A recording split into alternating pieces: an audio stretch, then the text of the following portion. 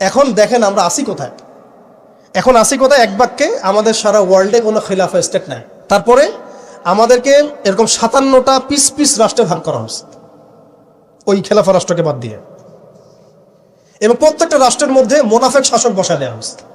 একদম খোলামেলা বলে দিল, প্রত্যেকটা রাষ্ট্রের মধ্যে ম্যাক্সিমাম মোনাফেক শাসক বসায় দেওয়া হচ্ছে, যারা নিজেরাই পশ্চিমাদের হয়ে সার্ভ করবে এবং আল্লাহর জমিনে তাগুত কায়েম করবে, আল্লাহর জমিনে তাগুত কায়েম করবে। এবং করেছে তারা এটা। তাগুত কি তারা তো বুঝে না, তাগুত মানে শয়তান। যেখানে আল্লাহর বিধান চলে না ওখানে শয়তানের বিধান চলে, সিম্পল।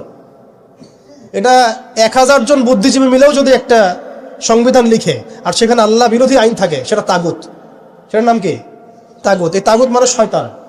কেউ যদি ওর প্রতি ইমানদার হয়ে মারা যায় জাহান্নামে যাবে, কেউ যদি ওর উপর ইমানদার হয়ে মারা যায় সরাসরি জাহান্নামে যাবে ইনশাআল্লাহ, কারণ সে তাগুতের দাসত্ব করছে।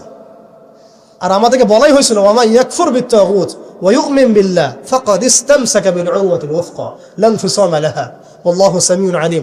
সূরা বাকারায় 256 নম্বর আয়াত পড়ে দেখি, বাসায় গিয়ে আয়াতুল কুরসির পড়ে আছে। তাগুতকে কুফরি না করা পর্যন্ত কেউ মুমিন হইতে পারে না। তাগুতের সাথে কুফরি না করা পর্যন্ত কেউ মুমিন হইতে পারবে না, এটাই বাস্তব। এখন